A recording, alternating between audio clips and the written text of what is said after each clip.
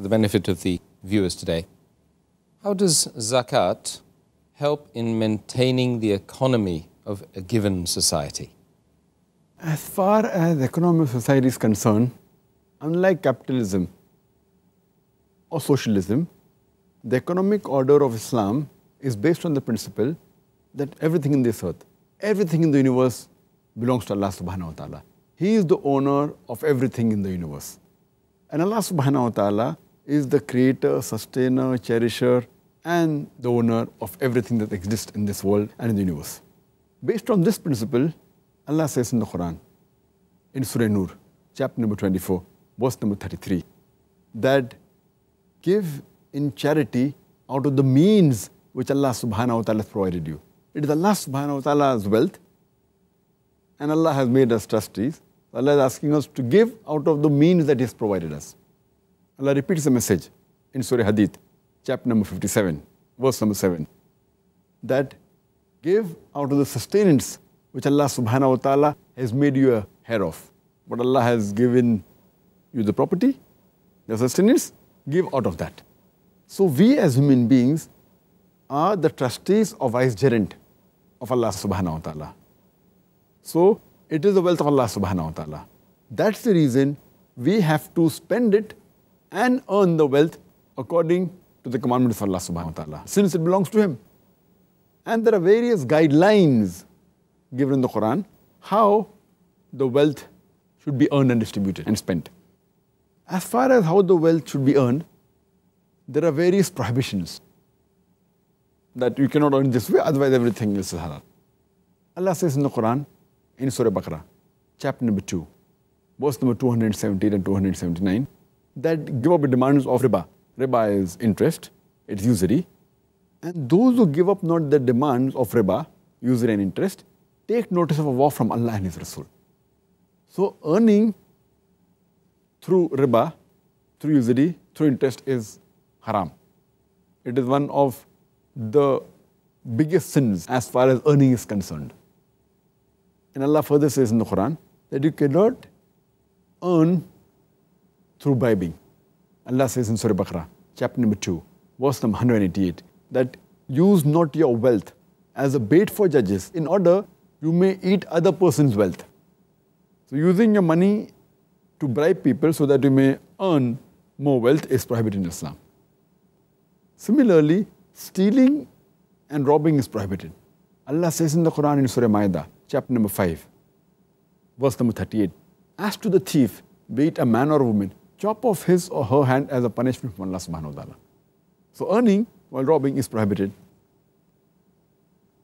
Furthermore, Allah says in the Quran, in Surah Ma'idah, chapter number 5, verse number 90, Ya ayyuhallazina amanu, O you believe, innamal khamru wal maisuru, most certainly intoxicants and gambling, wal ansabu wal azlamu, dedication of stones, divination of arrows, rishthum min amali shaitan. These are Satan's handiwork. Fashtanibu lalakum tuflihun. Abstain from this handiwork that you may prosper. So earning by means of intoxicants, gambling, making idols, or fortune telling, all these are prohibited in Islam. Allah subhanahu wa ta'ala further gives us guidance. And Allah says in the Quran, in Surah Nur, chapter number 24, verse number 33, that do not force your maids into prostitution, those who want to remain chaste, just in order to gain some wealth or goods. But if anyone forces them after this, then Allah is of forgiving and most merciful. But you cannot earn through prostitution. And furthermore, Allah says in the Quran, in Surah Nur, chapter number 24, verse number 19, and those who love scandal to be published and broadcast amongst the believers, they will surely get a grievous penalty in this world and in the hereafter. That means anyone who likes to publicize or broadcast scandal amongst the believers, it is prohibited. And further Allah says in the Quran, in Surah Nisa, chapter number 4, verse number 2, that give to the orphans their property once they become adult. Means if you're a guardian to the property of an orphan, give it to them when they mature. And do not exchange your goods which are useless with their goods which are good. And neither do you mix up your goods with their goods. For all those who do this, they are doing a great sin. So there are various things mentioned in the Quran that you cannot earn by means of riba, interest, or by bribing, or by robbing, or alcohol, gambling, idol worship, fortune telling, by prostitution, by scandalous ways, or by eating the orphan's property. This is a guideline given by Allah subhanahu wa ta'ala, which you find in the other world today, in the modern world. All this is very common. And Allah also gives us a way, gives us guidelines how to spend the wealth. Allah says in the Quran in Surah Baqarah, chapter number 2, verse number 261. If anyone sows one grain in the way of Allah subhanahu wa ta'ala, Allah will give him 7 years, each year bearing 100 grains.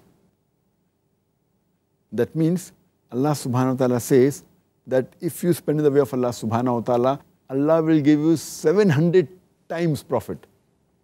In business terminology, Allah will give you 70,000% profit. In which business will you get 70,000% profit? And Allah continues and says that He will give you multiple times more. So the best way to spend is in the way of Allah subhanahu wa ta'ala. It is charity. Allah further repeats the message in Surah Baqarah, chapter number 2, verse number 271, that if you disclose the charity that you give, it is well. But if you conceal it and make it reach those people who are needy, that is the best for you. It will cover up your sins, and Allah knows. Giving charity is good. Allah has given you permission to disclose it, also to tell it to others, but the best is disclosing. Allah says in Surah Baqarah, chapter number 2, verse number 277, as to those who believe and do righteous deeds and establish prayers and they give charity, that is zakat, they will receive the reward from their Lord. And on them shall be no fear and they shall not have any penalty. Allah says in Surah Dhariyat, chapter 51, verse number 9, Allah says, and give charity to those who ask and even to those who are prevented from asking. And if you know the person deserves, if he's needy, if he's poor, whether he asks or does not ask, yet give him charity.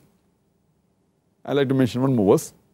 Allah says in Surah Nisa, chapter number 4, verse number 36, that serve Allah subhanahu wa ta'ala and join not gods with Him.